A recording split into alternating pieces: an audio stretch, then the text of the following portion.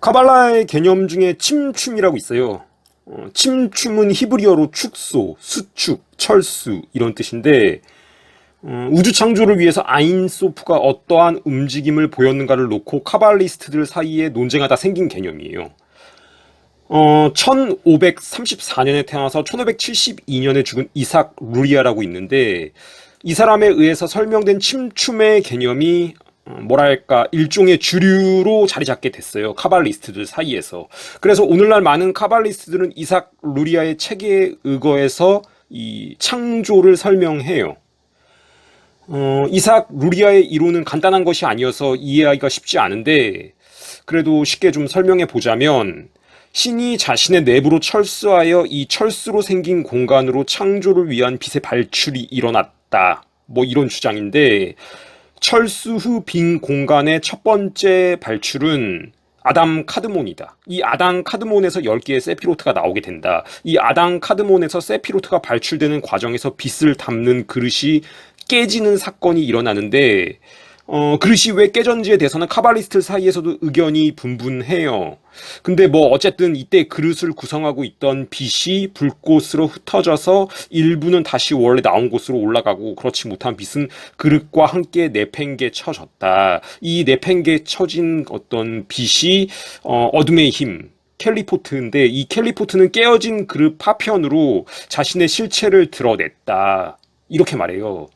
그러니까 의지도 없고 끝도 없는 아인소프, 무한으로부터 어떤 침춤이 발생해서 빛의 발출이 일어나는 과정에 그 빛을 담은 그릇이 깨져서 악한 힘, 악령도 생겨났다.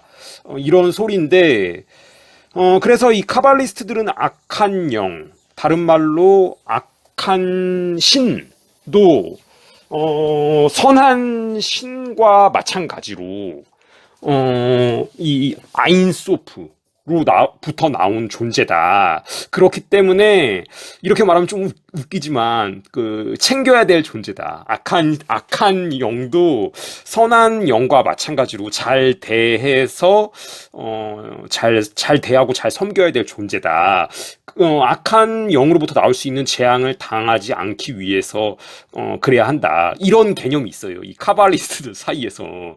이거는 완전히 그냥 바벨로니안 오컬트 그 자체인데 뭐 그래서 이 카발라에는 부적이 있죠. 악한 신으로부터, 그러니까 악한 영으로부터 이 줄 수 있는 어떤 부정적인 영향으로부터 자신을 지키는 그런 부적이 있고 또 악한 영도 선한 영처럼 잘 위무해야 한다. 이런 어떤 관념이 있기 때문에 그에 따르는 신비주의적 의식들도 있죠. 이런 카발라적 관념에서 나온 괴물이 사비타이 즙이랑 제이콥 프랑크인데 이번 영상에서는 이 제이콥 프랑크가 남긴 편지에 대해서 좀 얘기해 보려고 해요. 이 제이콥 프랑크가 남긴 편지가 두 통인데 하나는 1767년에, 다른 하나는 1768년에 쓴 것으로 여겨지고, 이 편지에 따르면 제이콥 프랑크는 유대인들이 에돔의 거룩한 신앙을 받아들여야 한다고 말해요. 이 편지는 제이콥 프랑크와 프랑키스트, 그러니까 프랑크주의자들의 어떤 관념, 사고방식을 드러내고 있기 때문에 매우 중요하며, 제이콥 프랑크의 말을 받아 적어서 기록된 것으로 추정되는 주님의 말씀 모음집을 제외하면 남아있는 거의 유일한 제이콥 프랑크의 글이기 때문에 중요하다. 그렇게 여겨지는 어떤 문서고 이 편지에서 제이콥 프랑크는 토라와 조하르를 자주 인용하며 거기서 더 나가서 토라의 문체를 모방한 문장을 썼어요. 그 편지를 좀 읽어드리면 완고한 자들아 내 말을 들어라. 광야에서 열방으로 전해지는 그 음성을 누가 들을 수 있겠느냐. 힘센 사자가 깨어나 수량을 기억할 때 너희에게 화가 있으리로다. 이 성경 토라의 문체를 모방하죠. 계속해서 읽을게요. 초기의 예언들은 이미 이루어졌고 새로운 예언들은 처음부터 끝까지 이루어진다. 그러므로 그들이 크라쿠프와 그 주변에 대해 울고 울부짖을 준비를 해야 한다. 슬퍼하며 굵은 베옷을 입고 거리에서 부르짖어라. 누가 칼에 죽고 누가 굶주림이나 전염병이나 포로로 죽겠느냐. 그들의 시체는 땅 속에 똥 같고 개들은 그들의 피를 핥을 것이다. 그러므로 그들을 위하여 부르짖을 준비를 해라. 오직 참된 이해력을 가진 자들만이 알게 될 것이다. 아브라함과 이삭과 야곱의 자손의 불꽃을 가진 자는 누구나 에돔의 거룩한 신앙에 들어가야 하며 누구든지 이 신조를 사랑으로 받아들이는 사람은 구원받을 것이다. 제이콥 프랑크가 이렇게 썼는데 에돔의 거룩한 신앙? 성경 잘 모르는 분들 위해서 좀 설명드리면 에돔은 에서의 후손이죠. 그러니까 이제 에돔 족속은 에서의 후예들인데 에서는 야곱의 형으로 팥죽 한 그릇의 장자권을 팔아넘긴 자죠. 그러니까 하나님께서는 에서가 아닌 야곱을 선택해서 야곱의 이름을 이스라엘로 바꾸시고 야곱의 아들 12명이 이스라엘 12지파가 되면서 하나님이 택한 민족 이스라엘이 시작되게 되는데 에돔은 그 선택에 들어오지 못한 족속, 좀 세게 말하면 저주받은 족속인데 제이콥 프랑크는 자기가 유대인이라고 자칭하면서 에돔의 신앙을 받아들여야 구원을 받을 것이라고 말하고 있죠. 이 지도를 보시면 솔로몬 이후에 이스라엘이 이제 남북으로 분열돼서 우리나라 남한 북한 나눠지듯이 북이스라엘 남유다로 나뉜 그때 당시의 지도인데 이 북이스라엘이랑 남유다를 합친 면적이 우리나라 전라남도 전라북도 합친 것보다 조금 더 커요. 그러니까 이스라엘이 굉장히 작은 나라예요. 굉장히 작은 나라인데 여기 지도 보시면 아시겠지만 그 이스라엘보다 더 작은 주변 민족들이 세운 그 국가들이 옹기종기 붙어 있어요. 옆에 에돔도 그 중에 하나죠. 그러니까 에돔 말고도 모압, 암몬, 블레셋, 페니키아도 있는데 이 중 이제 페니키아의 신이 인신제사를 받는 몰렉, 다른 이름이 바알 함몬이죠. 그러니까 바알 함몬 니꼬르 몰렉인데 이 몰렉이 페니키아의 신인데 암몬도 몰렉을 믿었어요. 이제 이름을 좀 바꿔서, 그러니까 암몬의 신은 밀곰인데 이게 이제 이름만 다르지 똑같아요. 똑같이 이제 인신제사 해야 돼요. 생긴 것도 똑같고. 그리고 이제 모압은 금오스를 믿었는데 이 금오스도 똑같아요. 금오스도 똑같이 이름만 금오스지 유아를 인신제사 해야 되는 신이에요. 그러니까 페니키아에서는 몰렉 또는 바알 함몬이라고 불린 게 암몬에서는 밀곰, 모압에서는 금오스라는 다른 이름으로만 불렸을 뿐 본질은 똑같은 우상을 섬겼다고 보시면 돼요. 그러니까 쉽게 말해서 이스라엘 주변의 이방 민족들은 몰렉, 바알, 함몬, 금오스, 밀곰 등 다양한 이름으로 불린 우상을 섬겼지만 이게 이름은 다르더라도 본질은 똑같다. 이렇게 보시면 되고, 근데 이제 제이콥 프랑크가 인용했던 에돔, 이 에돔은 어떤 신을 섬겼는가, 어떤 우상을 섬겼는가, 이것에 대한 명확한 기록이 성경에 안 나와요. 그러나, 이스라엘 주변의 다른 민족들이 이름만 다를 뿐 본질은 동일한 우상을 숭배했던 것에서 유추해 볼 때, 그리고 성경의 기록에서 에돔이 반복적으로 이스라엘을 괴롭히는 민족으로 나오고 특히 오바디아 선지서는 에돔에 대한 하나님의 심판을 선언하고 있죠. 이런 어떤 성경의 기록들을 보았을 때 에돔이 숭배했던 어떤 우상도 모압이나 암몬, 페니키아와 대동소이했을 것이다. 이렇게 판단할 수 있는데 이 카발라 전통에서 나온 제이콥 프랑크는 에돔의 신앙을 받아들여야 한다. 이렇게 얘기를 하죠. 근데 이렇게 토라를 카발라적으로 뒤틀어서 해석하면은 이게 또 말이 될 수가 있어요. 이 제이콥 프랑크의 두 번째 편지, 또 다른 편지에서 이것에 대해서 또 암시하는, 그러니까 왜 얘가 에돔의 신앙을 유대인들이 받아들여야 된다. 이렇게 말을 했는지에 대한 어떤 암시적인 내용이 나오는데 이 두 번째 편지에 그 편지를 읽어드릴게요. 한 음성, 강력한 음성이 높은 곳에서 아래로 깨어났다. 아래 세계로 깨어났다. 우리의 눈이 열렸을 때 공이 높은 곳에서 아래 세계의 여러 면으로 내려왔다. 감미로운 목소리가 높은 곳에서 아래 세계로 내려왔다. 내가 너희에게 알리노니 모세의 율법이 성취될 때까지 그들이 에돔의 거룩한 신조에 들어갈 때까지 이 세상에는 어떠한 질서도 없으리라. 우리가 야곱이 에서에게 약속한 것을 볼 때 내 주는 종보다 앞서 가소서. 나는 천천히 인도하여 세일에 있는 나의 주께 나아가리이다. 모세에 관하여 기록된 대로 모세가 에돔에 사자를 보냈더라. 아브라함과 이삭과 야곱의 자손이라면 누구나 이 에돔의 거룩한 신조를 따라야 한다. 주님은 시내산에서 오셔서 세일에서 그들에게 빛을 비추신다. 그분은 그분의 거룩한 무수한 곳에서 오신다. 그분의 거룩하심으로 말미암아 태고의 빛이 비칠 것이다. 그것은 종말의 징조로 올 것이다. 너희는 다툼을 일으킬지어다. 여기서 이제 제이콥 프랑크가 쓴 야곱이 에서에게 한 말, 내 주는 종보다 앞서가소서. 나는 천천히 인도하여 세일인 나의 주께 나아가리이다. 이 구절은 창세기 33장에 나오는 야곱이 밥단 아람에서 가나안 땅으로 돌아왔을 때 에서와 만나는 장면에서 나오는 구절이죠. 그러니까 여기서 야곱이 에서를 나의 주라고 부른 것은 이 에서와 만나기 전에 이 야복강에서 이제 야곱이 천사랑 씨름하죠. 그러다가 이제 환도뼈를 맞으면서 다리를 절면서 에서한테 나아가게 되는데, 이렇게 다리를 절면서 에서한테 나아올 때 에서가 야곱을 용서하고 따뜻하게 맞아주죠. 그러니까 이제 야곱이 에서에게 이렇게 말하죠. 그러니까 형님의 얼굴을 보는 것이 마치 주님의 얼굴을, 하나님의 얼굴을 보는 것 같다. 이렇게 말하며 이 발언의 연장선상에서 계속해서 에서를 높이면서 주라고 불렀는데, 야곱이 이것은 어떤 그렇게 에서를 높이면서 부른 것일 뿐, 에서가 자신의 주님이다, 하나님이다, 이 소리는 당연히 아니잖아요. 당연히 아니잖아요. 근데 제이콥 프랑크는 지금 야곱이 에서를 주라고 불렀으니까 유대인은 에돔의 신앙을 받아들여야 한다, 이 근거로 이렇게 말을 해요. 에돔은 하나님이 선택하지 않은 민족인데.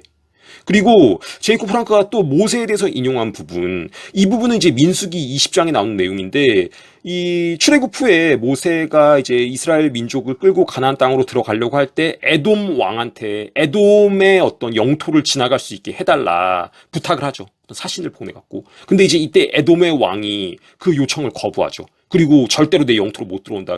군사를 무장해가지고 막아서죠. 막아서죠. 그러니까 여기서부터 벌써 이스라엘 민족이 약속의 땅으로 들어가는 것을 막아서는, 에돔의 어떤 부정적인, 이스라엘, 하나님의 선택한 이스라엘에 대해서 부정적으로 나오고 막아서는 그런 태도가 이제 그려지는데, 제이콥 프랑크는 그때 이제 모세가 에돔왕한테 그렇게 사절을 보내서 부탁을 했던 구절을 살짝 인용한 후, 아브라함과 이삭과 야곱의 자손이라면 누구나 이 에돔의 거룩한 신앙을 따라야 한다고 반복해서 선언해요.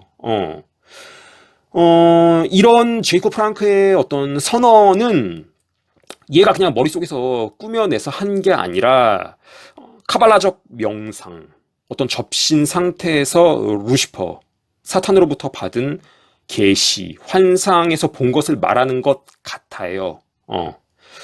사실 이 카발라의 오컬트는 정확하게 성경이랑 반대되는 얘기들을 많이 하는데, 이런 것들이 단순히 뭐 이삭 루리아나 사베타이 즙이나 제이콥 프랑크 이런 사람들의 머릿속에서 창작된 것이 아니라 어떤 영적인 작용, 얘네들이 어떤 그 영적인 존재랑 어떤 그 접신 상태에서 받은 어떤 그노시스의 결과물이다.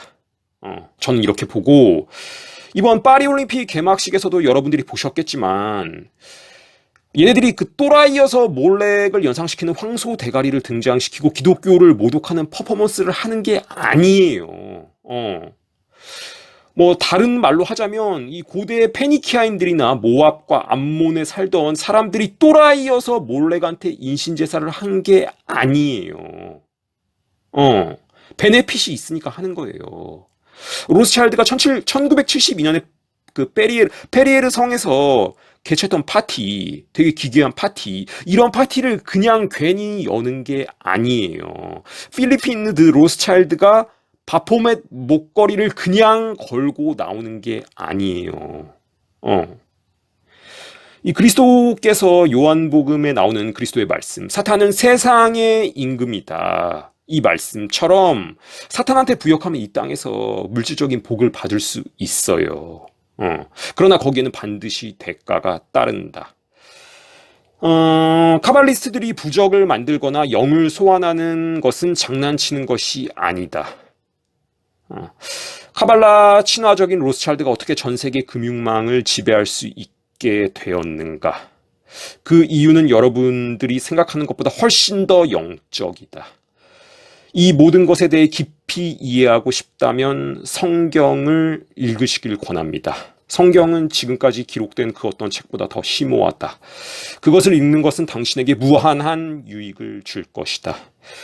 마지막으로 그 제이콥 프랑크와 일대 로스차일드, 마이암쉘 로스차일드의 관계에 대해서 제가 예전에 설명한 영상을 붙이도록 할게요. 이 설명을 들으시면 이 두 사람이 어떤 관련이 있는지에 대해서 흥미로운 사실들을 알게 되실 겁니다.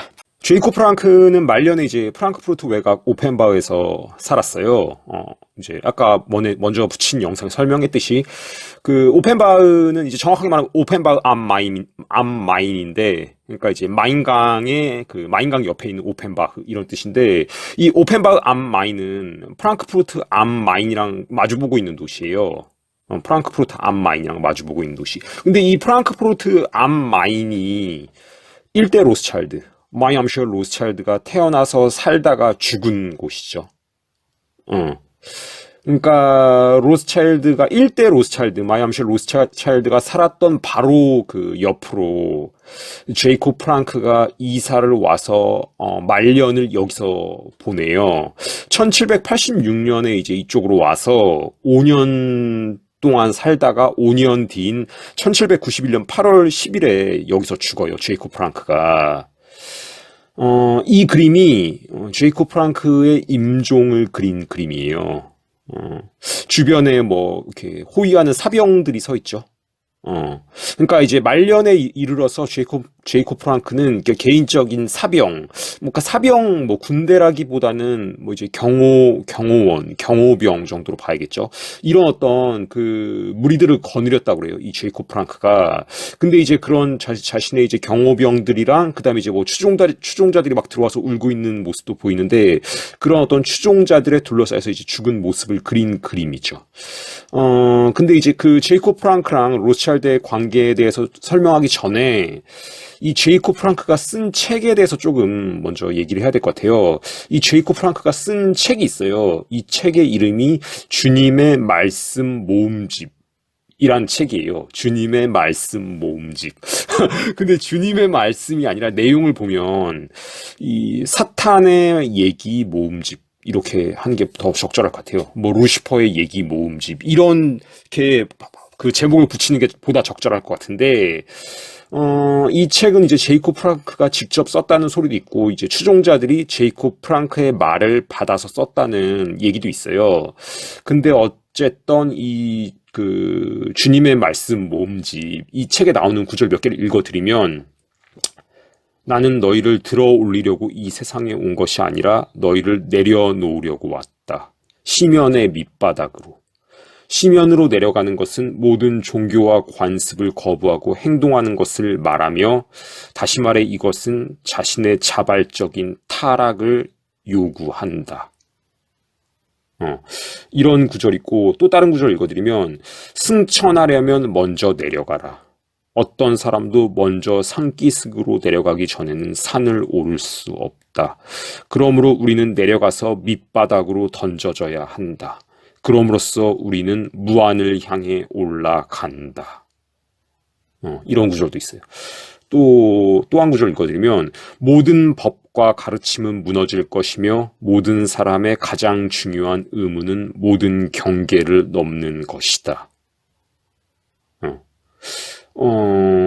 이건 뭐 거의 그 사탄으로부터 영감을 받은 순수한 어떤 사타니즘이죠.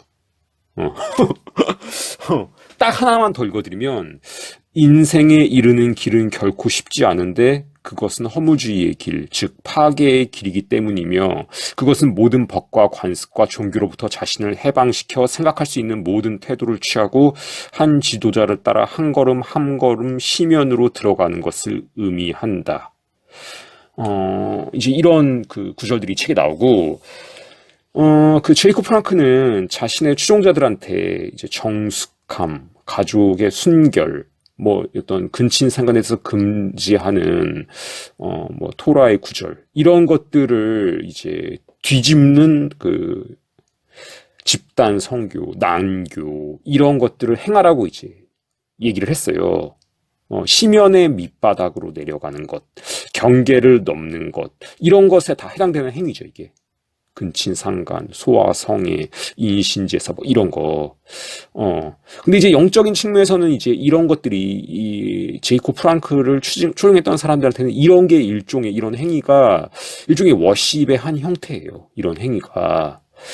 이게 영적인 측면에서 이제 그렇다면 이제 심리학적 측면에서 만약에 분석해보자면 이런 행위의 의미를 분석해보자면 집단 난교는 그 행위를 이제 행하는 집단을 하나로 묶어요.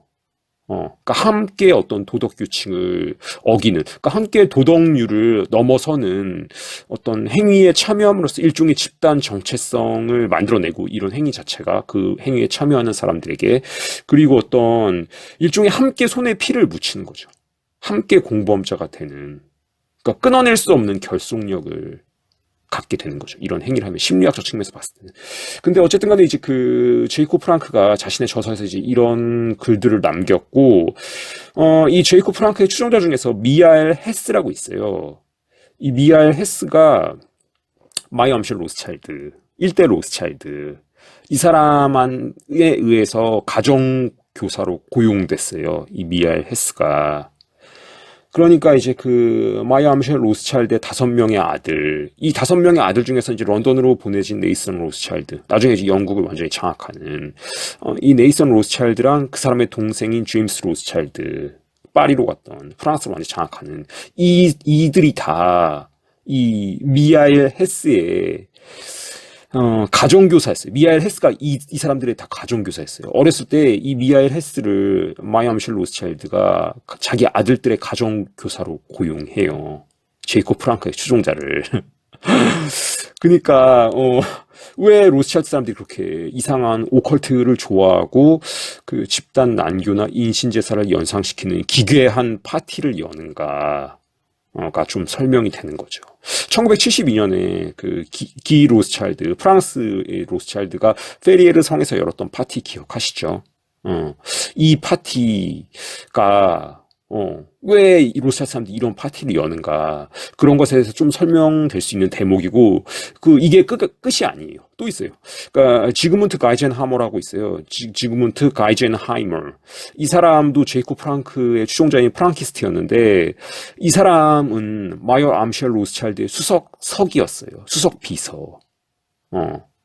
뭐 영문으로 이제 위키피디아 들어가서 그 지그문트 가이젠하이머 그 치면은 떠요. 이게 마이어 암쉘 로스차일드의 수석 비서였다고. 그러니까 이런 어떤 것만 봐도 이 로스차일드 가문이 사베티안 유대인, 그러니까 즉 사베타이 즈비의 이념을 쫓았던 그 사베티안 주가 아니었다면 이 제이콥 프랑크의 사람들을 어떤 자기 비서로 고용하고 자기 아들들의 가정교사로 채용하지는 않았을 거다. 이렇게 보이고, 그러니까 로스차일드 가문의 어떤 선조가 이 사베타이 즈비를 추종했던 사베티안이었던 것 같아요. 그러니까 역시 같은 사베티안이었던 제이콥 프랑크의 사람들을 자신의 비서로 고용하고 자기 아들들의 가정교사로 채용한 거죠.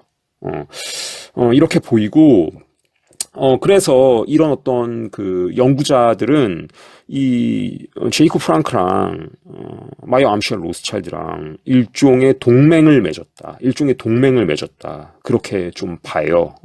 그리고 이런 동맹 관계 내에서 탄생한 것이 일루미나티고 1776년 이제 아담 바이사프트라고 이 사람 이제 바이른에 있던 그 예수회 출신의 이 사람도 이제 크립토주 유대인으로 보이는데 이 사람을 이제 그 통해서 로스차일드가 자금 지원하고 만들어진 게 일루미나티인데 일루미나티가 만들어지는 과정에서 이 제이콥 프랑크와 로스차일드와 아담 바이사프트 이 셋의 어떤 협력이 있지 않았을까.